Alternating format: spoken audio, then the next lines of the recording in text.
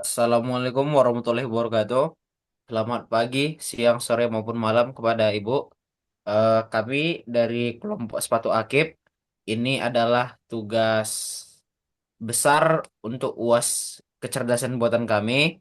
Perkenalkan nama saya Akif Maulana Aulia. Perkenalkan, nama saya Dio Fajar Situmorang. Perkenalkan nama saya Leslie Victoria Silaba.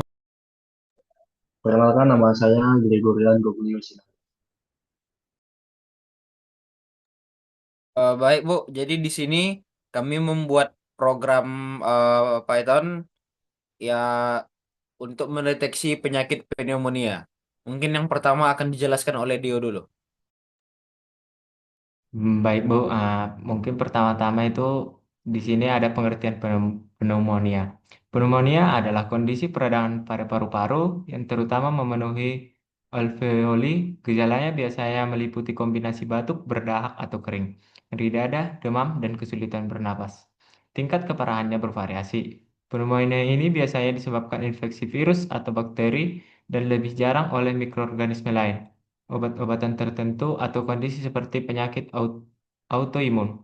Faktor risiko meliputi cystic fibrosis, chronic obstructive pulmonary disease atau COPD, asma, diabetes, gagal jantung, riwayat merokok, dan lain-lain. Kemampuan batuk yang buruk misalnya setelah stroke. Diagnosis sering didasarkan pada gejala dan pemeriksaan fisik, rongsen dada, tes darah, dan kultur dahak dapat membantu memastikan diagnosis. Penyakit ini dapat diklasifikasikan berdasarkan tempat tertular seperti pneumonia komunitas atau pneumonia yang dapat di rumah sakit atau fasilitas kesehatan. Nah, di sini adalah programnya. Yang pertama itu di sini kita mengimpor library. Yang pertama, impor OS untuk mengimpor modul sistem operasi digunakan untuk berinteraksi dengan folder komputer. Yang kedua, NumPy biasanya disingkat MP digunakan untuk operasi matematika tingkat tinggi dan manipulasi array. Yang ketiga, import Pandas untuk digunakan memanipulasi data terstruktur seperti tabel, Excel, dan lain-lain. Lalu di sini import CV2 ini untuk digunakan pemrosesan gambar seperti membaca gambar, mengubah ukuran, atau konversi warna. Yang digunakan nanti untuk mendeteksi rongsen atau X-ray-nya. Di sini ada Matplotlib. Di sini juga ada Seaborn TensorFlow. Dan di sini ada From TensorFlow menggunakan keras model import sequential. Ada juga TensorFlow import image generator. Ada Reduce Rod Leteo. Lalu di sini ada deskripsi dataset pneumonia. Dataset diorganisasi dalam tiga folder, train, test, dan val, dan memiliki subfolder untuk setiap kategori gambar. Ada yang pneumonia dan ada juga yang normal. Ada 5.863 cita X-ray dalam bentuk JPG dan dua kategori pneumonia atau normal. Citra rongsen dada antero-posterior diambil dari kohort responsif pasien reaktif usia 1 sampai 5 tahun dari Guangzhou Women and Children. Ini adalah kodenya. Dari yang pertama itu konfigurasi awal. Bagian ini mengatur parameter dasar sebelum fungsi dijalankan. Labelnya itu ada pneumonia dan normal dengan image size-nya itu 150. Yang dapat diterima itu JPG, JPEG, PNG, dan lain-lainnya ini.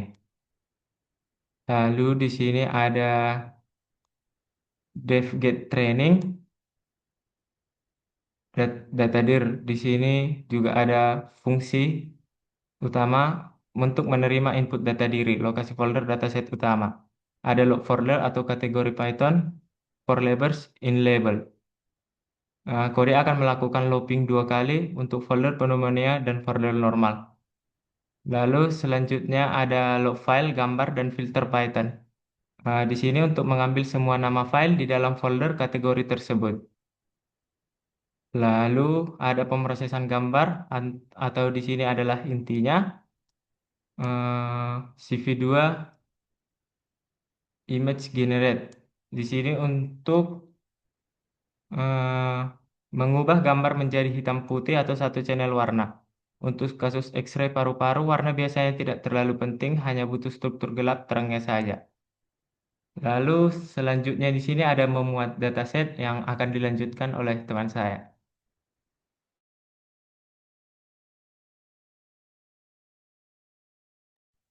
Oh, baik Bu, berikutnya ada memuat dataset.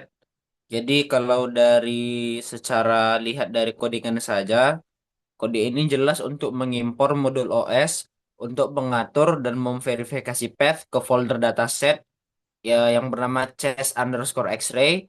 Di dalam folder itu ada subfolder yang berisi train, test, dan file. Sekaligus menangani kemungkinan adanya struktur folder bertingkat dan akan menghitungkan program jika path dataset yang diperlukan tidak ditemukan. Kalau ingin secara lebih rinci lagi, di eh, seperti ini baris-baris codingannya satu-satu. Di awal itu ada import OS, yaitu dijelas untuk mengimport modul OS.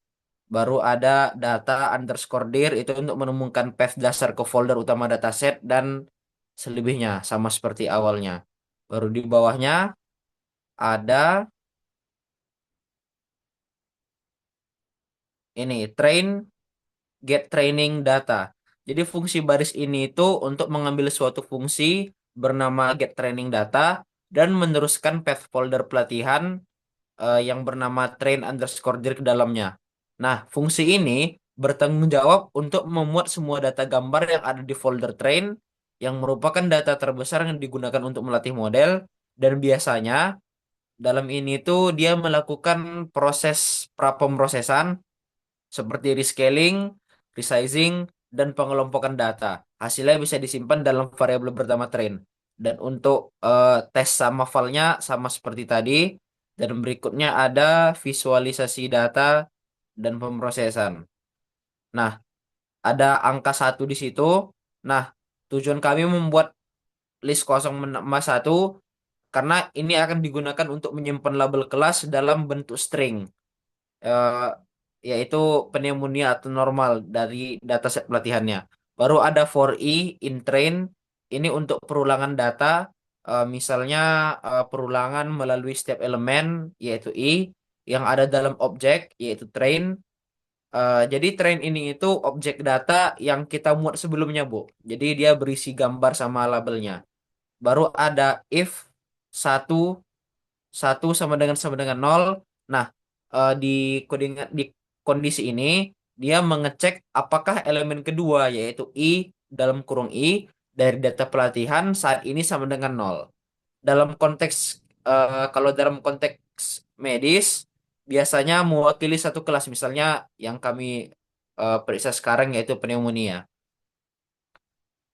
Oke, baru berikutnya di bawahnya itu ada yang ada gambarnya.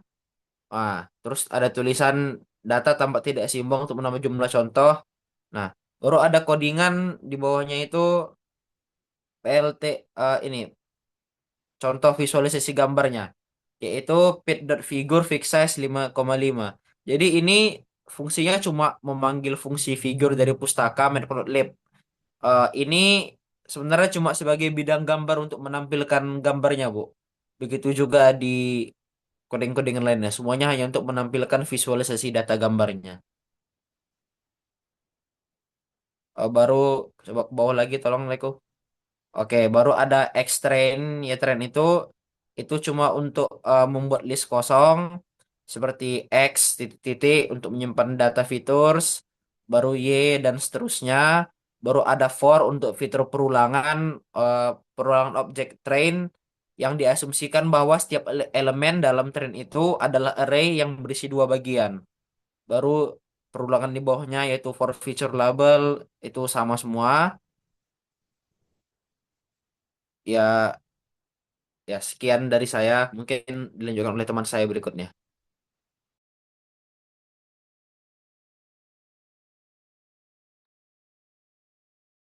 Oke, Baiklah, sekarang kita masuk ke bagian teknisnya. Di sini saya ke bawah lagi ke bawah. Di sini saya menjelaskan bagian augmentasi data dan pelatihan model. Yang pertama yaitu augmentasi data atau pencegahan overfitting. Nah, kami menggunakan data gen sama dengan image data generator. Nah, image generator ini berguna untuk memanipulasi data secara real time. Rotation rotation itu muter gambar, zoom itu memperbesar, flip itu membalik. Kemudian tujuannya yaitu biar data makin banyak variasi dan model gak cuma menghafal bentuk asli atau bisa juga mencegah overfitting. Nah, coba ke bawah, bawah. Nah, sini teknik itu. Di sini atas lagi atas. Atas. Oke, di sini teknik yang kami gunakan yaitu yang pertama rotasi acak 30 derajat, kemudian zoom 20 derajat, pergeseran 10 derajat yang berguna untuk mensimulasikan variasi posisi pasien atau perbedaan alat ronsen di dunia nyata. Kemudian horizontal flip untuk membalik gambar kiri kanan, memperkaya orientasi paru-paru. Nah, kenapa kami menggunakan teknik ini? Nah, data medis seringkali terbatas atau imbalance tanpa augmentasi. Model cenderung menghafal gambar spesifik atau overfitting. Nah, dengan mengubah gambar setiap kali dilatih, kita memaksa model untuk mempelajari fitur penyakitnya, seperti bercak putih di paru, bukan menghafal posisi atau sudut fotonya. Kemudian, selanjutnya itu melatih model. Nah, kami membeli RMS Prop atau bisa juga Root Mean Square Propagation. Nah, karena kemampuannya itu menyesuaikan learning rate secara adaptif pada jaringan CNN yang dalam. RMS Probe seringkali lebih cepat mencapai konvergensi titik optimal dibandingkan algoritma standar, serta lebih stabil dalam menuruni gradien yang curam. Nah, coba ke bawah lagi.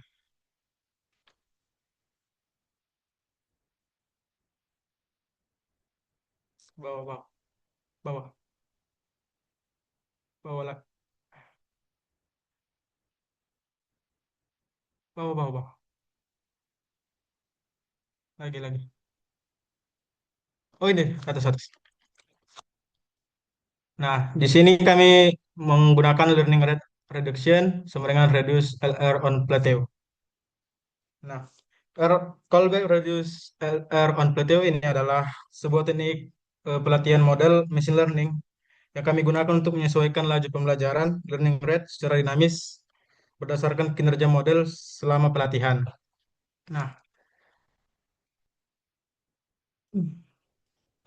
co- analoginya itu kalau dalam dua approach akurasi gak naik, dia bakal otomatis nurunin learning rate, kecepatan belajar. Ibaratnya kalau model mulai bingung, dia bakal belajar lebih pelan-pelan supaya nemu pola yang pas. Lanjut lagi. Ini bagian coding reduce L around plot. Ke bawah lagi ke bawah. Oke. Oke, sekian dari saya.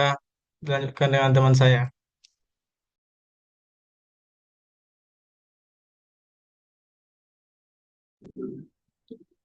Baik, di sini saya akan menjelaskan tentang analisis setelah pelatihan model. Berikut pertama kita akan menjelaskan grafik pelatihan atau training story-nya terlebih dahulu. Nah, em, untuk di grafik akurasi pelatihan dan validasi itu, untuk garis hijau menunjukkan akurasi pada data latih yang terus meningkat stabil. Namun untuk yang garis merahnya itu terlihat seperti fluktuatif ya.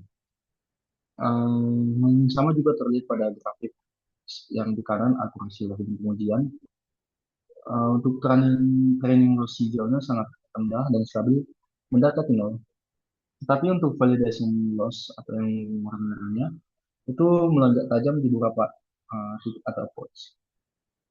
Uh, ini terjadi karena model kami menghafal data latihan, namun akan sedikit kesulitan jika menemui data yang baru, atau bisa dibilang untuk performanya kurang sekali. Oke, yang bawah.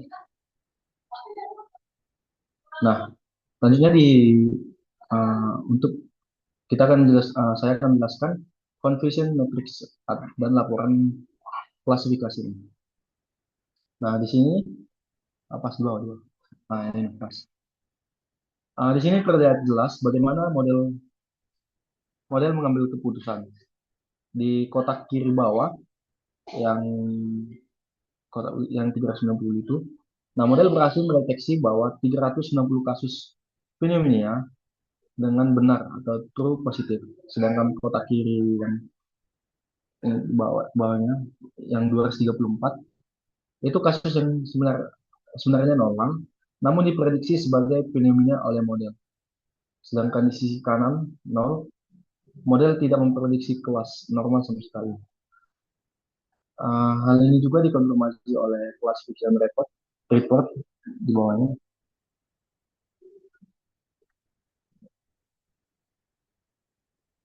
Nah, di mana nilai recall untuk pneumonia adalah 1 sempurna, tetapi untuk yang normal dia 0.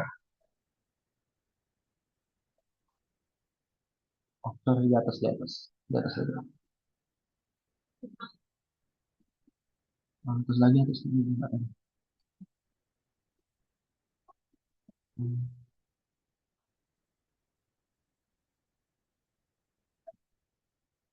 Nah, ini pneumonia itu yang di kelas 0 langsung untuk yang normal itu adalah 0. Kemudian lanjut ke yang gambar X-ray.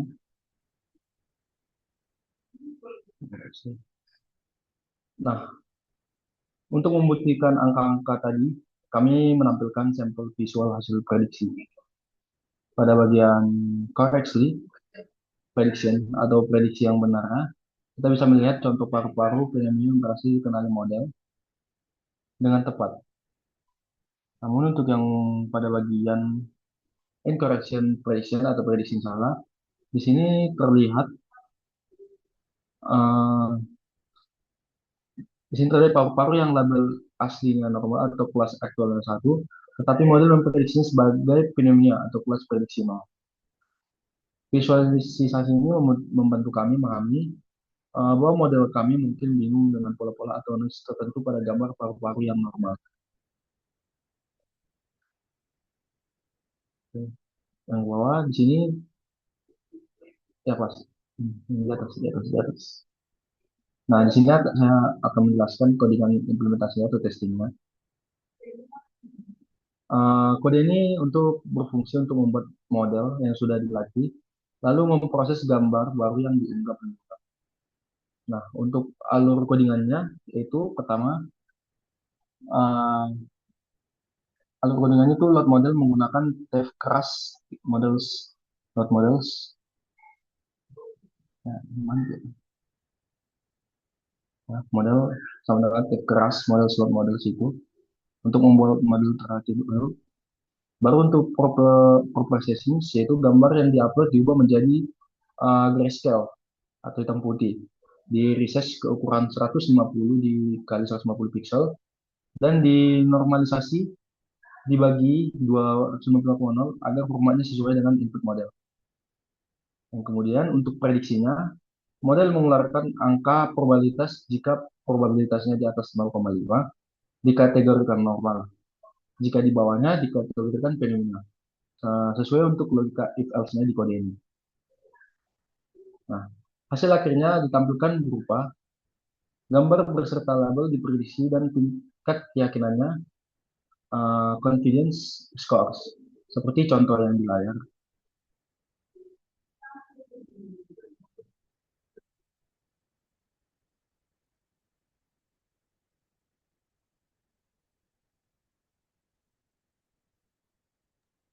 Baik, saya akan sedikit menjelaskan bagian untuk input fotonya. Di sini misal kita menginput foto. Saya sudah membagi di sini dalam dua tes, yaitu gambar pneumonia dan gambar normal. Di sini ada gambar pneumonia juga.